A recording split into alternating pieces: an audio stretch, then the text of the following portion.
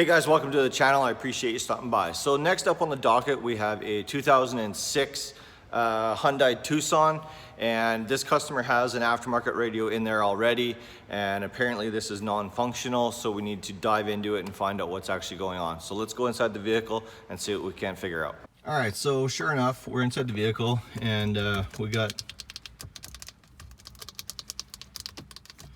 we have zero functionality out of this radio. So we're gonna tear it all apart and see what we can find out. All right, so we have the dash all removed here. I just wanted to point something out, minor detail. This dash actually has an airbag indicator light on it. So in order for me to be turning the key on and off and not setting myself an airbag code, I've actually left the harness plugged in so that the car doesn't think that the airbag is missing or that there's a problem, and it'll prevent throwing a permanent airbag light. It just makes it easier, and all you have to do is leave the dash like that, plugged in, and then you can safely turn the key on and off, just as a, I don't know, pro tip or something, I guess. All right, so the deck is all freed up and we're about ready to pull it out here, so let's see what's going on in behind.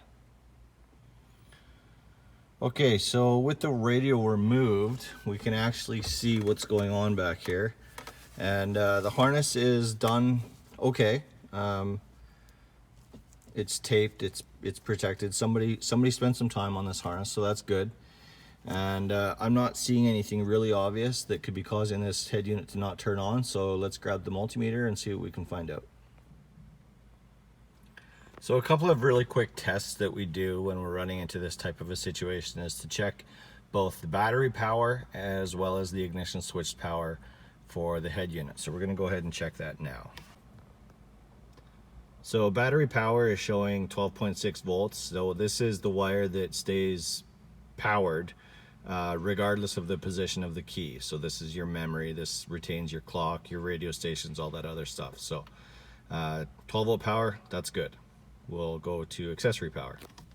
Okay, so accessory power should remain at 0 volts until you turn the key into the ignition position or the accessory position. So we'll go accessory, and we have voltage there, which is good. We'll go to ignition, still have voltage, and we might as well crank just to keep testing.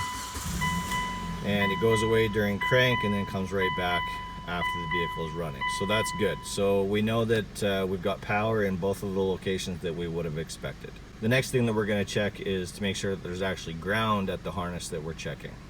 So here we are probed into the ground wire of the harness, and that tone that you're hearing is telling me that there's continuity between that wire and ground, which tells us that we do actually have a good ground.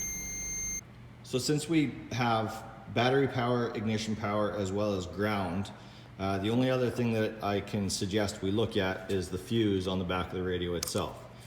And so here we are, 15 amp fuse, and it looks good. So this fuse is okay. So based on the wiring of the vehicle and the condition of everything that we've found, there's absolutely no reason to think that this radio shouldn't turn on, which leads me to believe that there's actually something wrong with the radio itself. So we're going to go ahead and change it out. And this customer decided to go with the Planet Audio P9630B. So we'll go ahead and get started on transferring the harness and dash kit and everything over to this radio here, and we'll see how it goes. So I do also think that it's worth mentioning that this head unit that we've pulled out of this vehicle literally has no visual indicators of any kind of a brand or you know, anything that would indicate who manufactured this radio.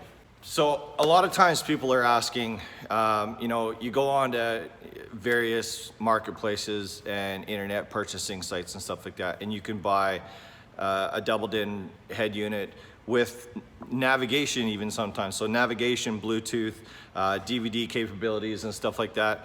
And you can get it for 100 to 150 bucks. Well, that's great and everything like that, but if you end up having to replace it, you know, in 6 months or 3 months or whatever, is it really worth it to save yourself that money? Or should you just spend the extra money to get a brand name that you know and trust?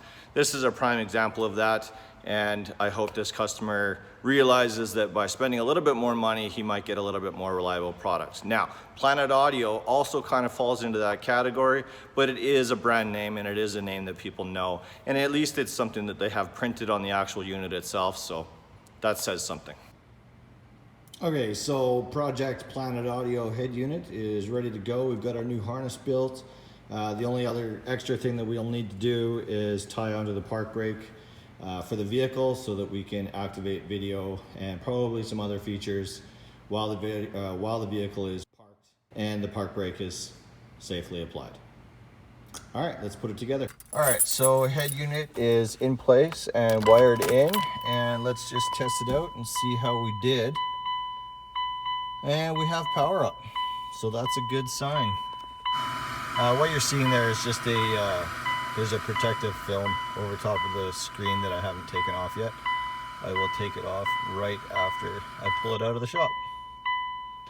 That way there's no fingerprints on it. Just gotta make sure we get radio reception, and sure enough we do. So I'll wrap this dash up and I'll show you guys what it looks like as a finished product.